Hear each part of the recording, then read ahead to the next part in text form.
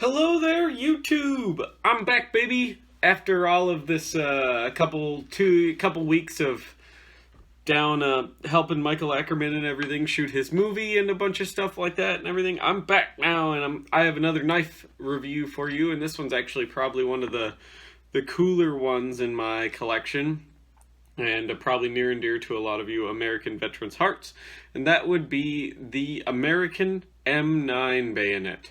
And we're going to put it through some pretty impractical stuff today. A lot of stuff that you expect a high-end knife to do. Not saying this isn't a high-end knife or anything, because it is a very high-end knife. But we're going to run it through some paces that a high-end knife would do as well. So, some brief history of the American M9 bayonet. The American M9 bayonet was developed in the 80s by a guy named Charles A. Finn. It was made by 4 companies. The biggest producers obviously being Frobus, Buck Knives, McKay, and Ontario. Those are kind of the 4 big manufacturers of these. And there's 2 patterns. This is the first pattern, what's known as the waffle grip pattern. There's a second pattern too that is much more familiar to today. And over 400,000 of these have been built over the years since 1986.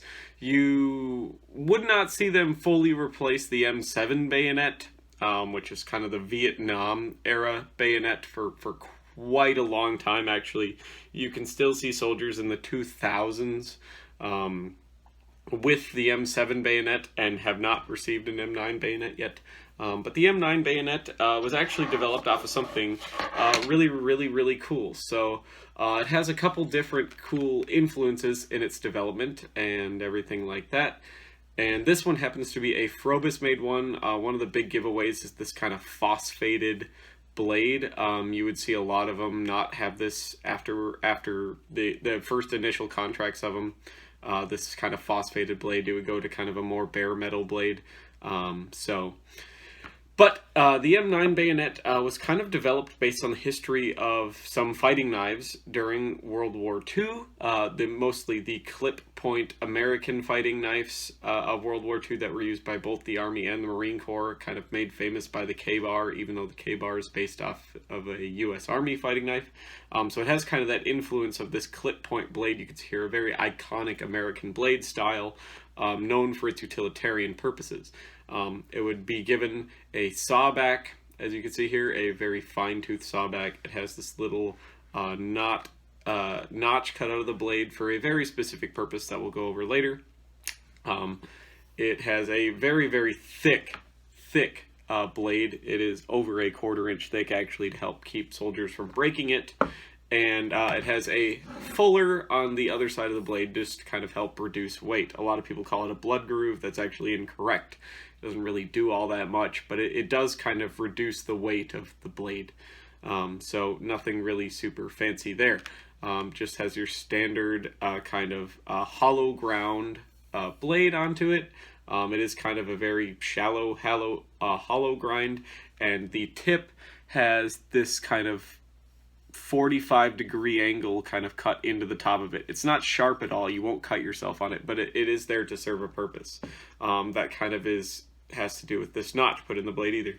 Like I said, this is a very early one with the waffle knit grips. You can see this very straight tubular. They would kind of go to a more ergonomic hand-shaped, like palm swell grip a little bit later on later contracts of this blade.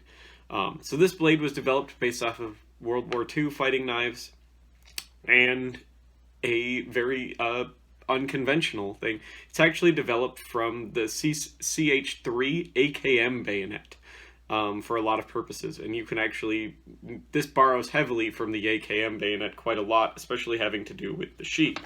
So the sheath here has kind of the Bianchi or Bianchi, whatever way you want to pronounce it, clip attachment. You can wear it with a belt, you can wear it on web equipment, you can wear it on Alice gear, you could wear it on just about anything. It's very ergonomic. It is very easily removable via this fast tech kind of buckle style type stuff. So it actually is even a fast tech name brand buckle. I didn't even know that. I didn't look at it. It has a built-in on the rear here. If you look this up, it has a built-in sharpening stone built right into the carrier, as you can see there. And then there's the mark Frobus, the Frobus dolphin. There, it's held in place with a snap. It's got a nylon type keeper. It has a removable pouch here on the front. As you can see, it threads through these kind of plastic channels here on the sheath for whichever way you would prefer to carry it. And that is just how this here is attached. You could keep other types of stuff in here. Right now, this just, I think, has some cord in it, which you use to attach it via other ways. That's how they would come standard with this kind of little bundle of paracord from the factory. A lot of that stuff is not present in them anymore, though, unfortunately. So this one's actually cool because it survived a whole issuing and everything like that, and it still has, it's from the factory little paracord bundle in it. So now you'll notice this kind of weird, big, kind of bulky thing here on the back of the blade. And so what you have here is you have kind of a flathead screwdriver, carbon scraper, whatever you want here, and it has this little kind of hook loop that sticks down past the bottom of this hardened kind of knob here. Now you'll notice that knob is actually designed to fit right into that notch right there on the knife blade. So now the cool thing about this is this is designed to be a wire cutters, and this is where the AKM bayonet kind of comes into. Is the AKM bayonet was designed to integrate with its sheath to form a wire cutter. So as you can see here, is if I do that again, so if I line up this little notch on the bayonet, and now here's the thing, a lot of people think that you do it this way, where you use the blade portion of your knife. As you can see, it entirely covers the hole. Then there's actually no way to slip the wire in there, but American soldiers are pretty dumb, so it actually reminds you in the manual that you want to use this kind of 45-degree top of the clip point type blade. And as you can see there, it has this cool loop, and you would if you would come up to a piece of barbed wire or concertina wire, you would slip it in there, and this top, you would use the top of the bayonet. As you can see, there's a little space there to kind of pinch it off really quiet at night. To keep you from being seen and, you know, be able to get through these emplacements. So that's a pretty neat feature that was integrated into this bayonet, borrowed very heavily from the Russians, actually. And that's from the designer of the knife. So if any of you want to come at me in the comments about stuff like that, that's actually from the guy who is still alive who designed this bayonet. So it's pretty neat. So if you guys think that America does everything best, they really don't. They steal very heavily from a lot of other militaries, unfortunately, and a lot of the equipment that they come up with on their own actually kind of sucks. Just historically how it is. So the M9 bayonet is still actually the current issue bayonet of the U.S. military forces. It has gone on to influence tons of survival knives around the world. Loads of survival knives actually have this very kind of same grip style, everything like that. A full tang blade. There is no storage unit in this blade. It is a full tang blade that runs through this kind of injection molded plastic handle and screws in place right there with this kind of Allen head type screw. So this bayonet is a very weighty, heavy bayonet. I have bayonets from like World War I that are much longer and stuff like that weigh less than this bayonet. This bayonet is a very solid, very dense, you don't have to worry about breaking it type of bayonet. It will integrate with basically any NATO standard flash hider and bayonet attachment system. So if you have a NATO standard rifle or anything like that, or something Israeli or whatever, this bayonet will attach to almost the vast majority of tactical rifles out there, assault rifles and everything like that, which is really nice. So it integrates well with just about anything if you're looking for something cool. And the really phosphated blades like this, the first contract ones and stuff with these big phosphated blades, are actually really nice because they never tend to rust or anything, and they actually have pretty good steel in them. So now we're going to check out how this big beast of a thick blade can kind of perform the standard Ginsu task of perfectly slicing a tomato. So now this thing I haven't sharpened, and I'm actually a pretty good knife sharpener, so it's sharp enough to get the job done, but it's by no means sharp. So just how I got it from the factory, how I received it. I didn't get it, sorry, not from the factory, but how I received it is how I have left the edge on this bayonet. You could tell it's been used. There's kind of some little chips and marring on the blade edge, but we're gonna see how it cuts here. If it can perform the standard Ginsu task of gingerly slicing a tomato. Not off to a good start. It's not even really cutting. All right, so there we go. And as you can see, this is a very thick, wide blade. It's basically just forcing the tomato apart rather than actually cutting through it. So you can see here, there's kind of some some lacy edges there on that tomato, which is unfortunate, but this knife would take an edge quite well. Let's try just using the serrated end, because we can, why not? The serrated end also cuts. It does not have as nice of a cutting action as the regular knife point blade.